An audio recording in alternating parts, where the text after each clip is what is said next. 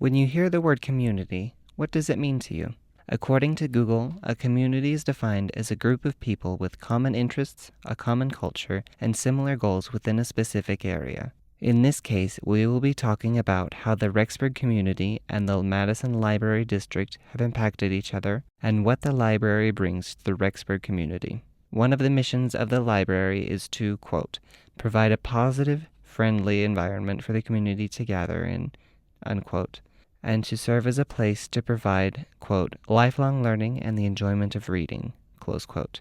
The Madison Library District, even before it was built, was meant to be valuable and fulfilling to the community.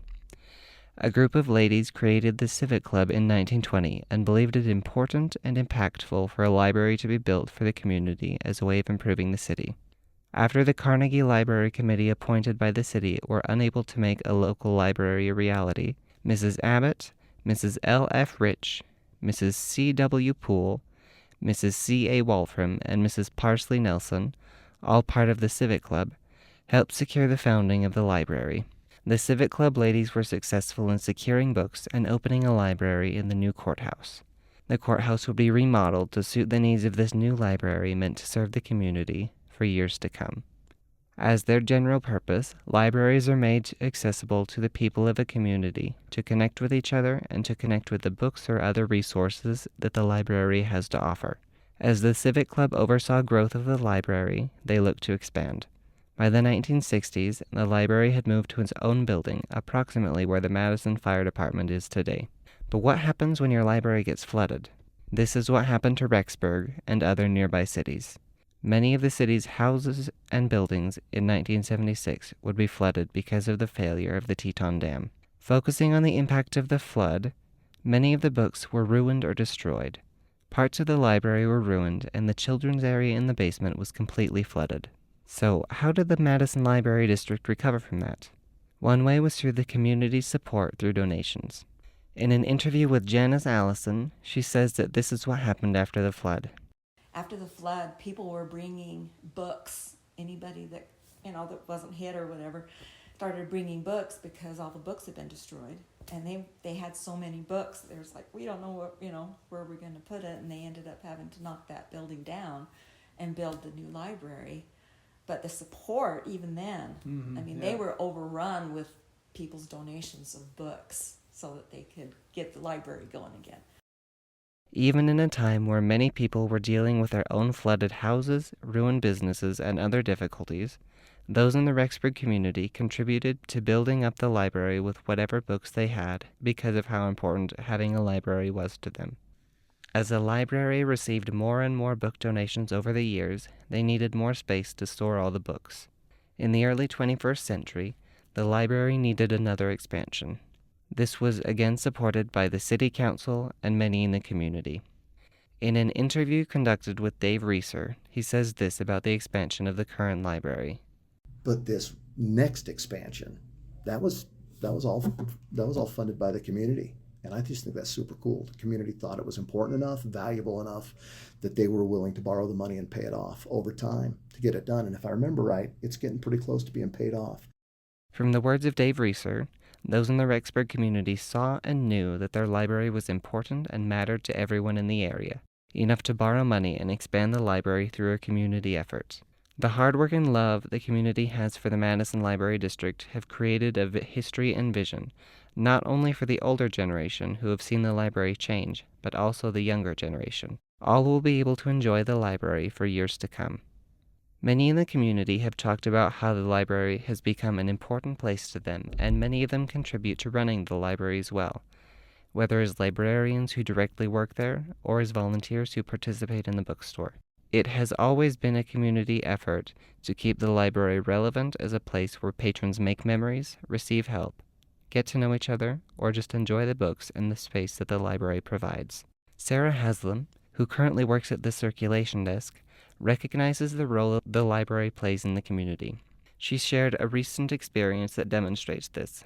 I remember this last year, there was a man who had just moved here and he was homeless, and there was someone in the community that was trying to help him out, but he just needed a place where he could come and he could sit for a little bit while she tried to figure out some things for him. And it It was during the cold months, and he had a big jacket on, and I know that he'd been outside for a long time. And we had a fireplace. We have a fireplace down in our nonfiction section, and I'm just like, go sit down there. And there's comfortable chairs around it. You can get warm. There's magazines, newspapers, and so I think that's a place for people to come to that can use that rest.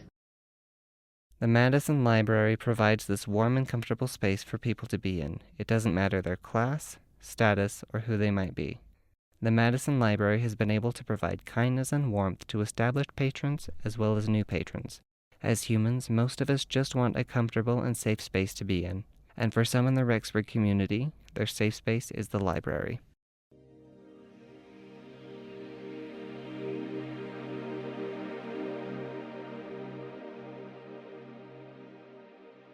As people have continued to donate books to the Madison Library, they have included something unique to the library in Rexburg that many other libraries usually do not have.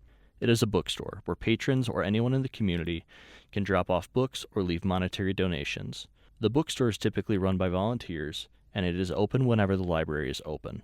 But if a volunteer or worker is not there, they have a way for you to buy a book you want without the need of someone being there. The library has great trust in those that come into the bookstore. The board has added a drop box that allows patrons to pay for books even if there is no volunteer available. Now in 2022, the library understands how technology has changed the way that some people pay. They have added a PayPal payment option with a minimum of $1.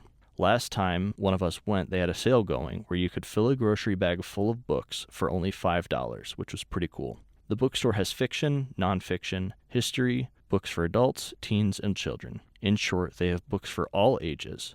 I bought several board books for my son, and he loves them. The bookstore runs off of donations from the community or uses library books that they have taken out of circulation. Even in what many people might consider a small library, the Madison Library has the capacity to support their library through donations because of the efforts of the community donating through the bookstore.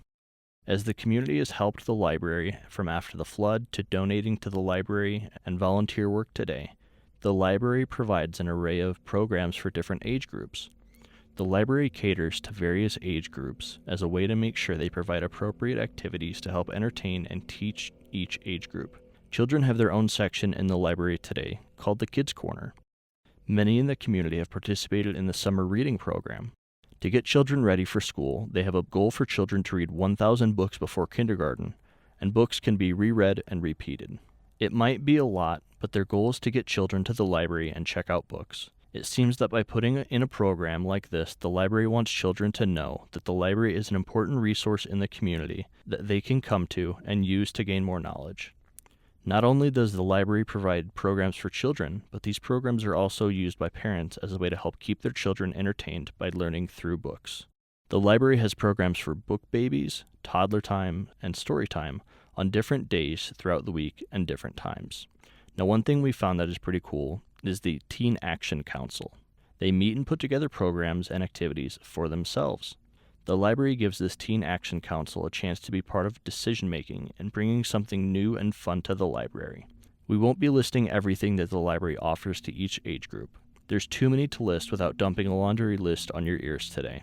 So we suggest heading over to the library website, which is madisonlib.org. That's madisonlib.org, and see what else they have to offer. The library makes their website very accessible for anyone to use and organize it by age groups. The website lists available programs that has a calendar that is useful for anyone to use. All these activities take place in the community room, where the children could be reading, crafting, playing games, or doing sing-alongs. The fact that the library has set aside space for community programs called the Community Room honors its mission to offer lifelong learning and enjoyment of reading. This lifelong learning starts with the younger generation by getting them to the library and continues into adulthood.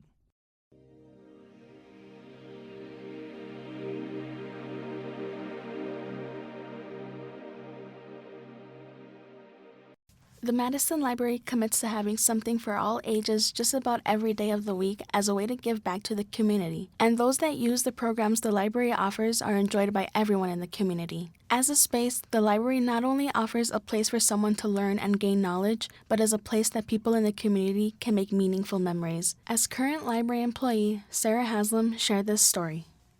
I remember we had a essay contest. The Madison Library Foundation had an essay contest, and the winner talked about the library being the place where she went with her dad, who had passed away, and that was a memory for her, and it kept her, for a while, it kept her from coming to the library, but then it started to get her to come back to the library so she could kind of experience that time with him and her memories again.